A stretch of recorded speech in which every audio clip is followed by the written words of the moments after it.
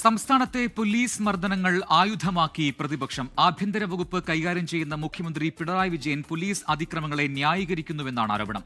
Custody മർദ്ദനങ്ങളിൽ മുഖ്യമന്ത്രിയുടെ മൗനം ദുരൂഹമെന്ന് പ്രതിപക്ഷ നേതാവ്. പോലീസ് അതിക്രമങ്ങളിൽ പ്രതിഷേധം ശക്തമാക്കാനാണ് UDFന്റെ തീരുമാനം. പോലീസ് അതിക്രമങ്ങളിൽ നിയമസഭയ്ക്കകത്തും പുറത്തും പ്രതിഷേധം ശക്തമാക്കാനാണ് UDF നീക്കം. പോലീസ് അതിക്രമങ്ങളെ മുഖ്യമന്ത്രി ന്യായീകരിക്കുന്നുവെന്ന് KPCC അധ്യക്ഷൻ സണ്ണി ജോസഫ്. മുഖ്യമന്ത്രി പോലീസിന്റെ അതിക്രമങ്ങളെ ന്യായീകരിക്കുകയാണ്. പാർട്ടി പോലീസിനെ പൂർണ്ണമായിട്ടും വരുതിയിൽ നിർത്താൻ ആഗ്രഹിക്കുകയാണ്. സണ്ണി ജോസഫിന്റെ വിമർശനങ്ങൾക്ക് CPIM നേതാവ് MV ജയരാജന്റെ മറുപടി ഇങ്ങനെ: KPCC പ്രസിഡന്റ് അങ്ങനെ പറഞ്ഞിട്ടുണ്ട്, പഴയകാല ഓർമ്മയിൽ നിന്നായിരിക്കാം. ഉരുട്ടിക്കൊന്നയാളെ സംരക്ഷിച്ചതാണ് കോൺഗ്രസിന്റെ പഴയ ഭരണം. ഉദ്യോഗസ്ഥർക്കെതിരെ പെട്ടെന്ന് നടപടിയെടുക്കുക പ്രായോഗികമല്ലെന്നാണ് CPI സംസ്ഥാന സെക്രട്ടറി ബിനോയ് വിശ്വത്തിന്റെ നിലപാട്.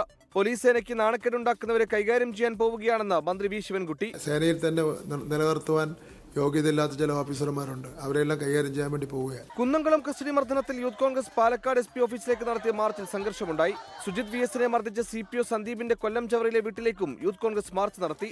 സെക്രട്ടേറിയറ്റിലേക്ക് യൂത്ത് കോൺഗ്രസ് നടത്തിയ മാർച്ചും സംഘർഷത്തിൽ കലാശിച്ചു. 24 തിരുവനന്തപുരം. ലോകത്തെവിടെയായാലും ഏത് സമയത്തും 24 വാർത്തകളും ഓഗ്മെന്റഡ് റിയാലിറ്റി പാക്കേജുകളും എക്സ്പ്ലെയിനറുകളും വിശദമായി കാണാൻ ഞങ്ങളുടെ YouTube ചാനൽ നിങ്ങൾക്ക് സബ്സ്ക്രൈബ് ചെയ്യാം.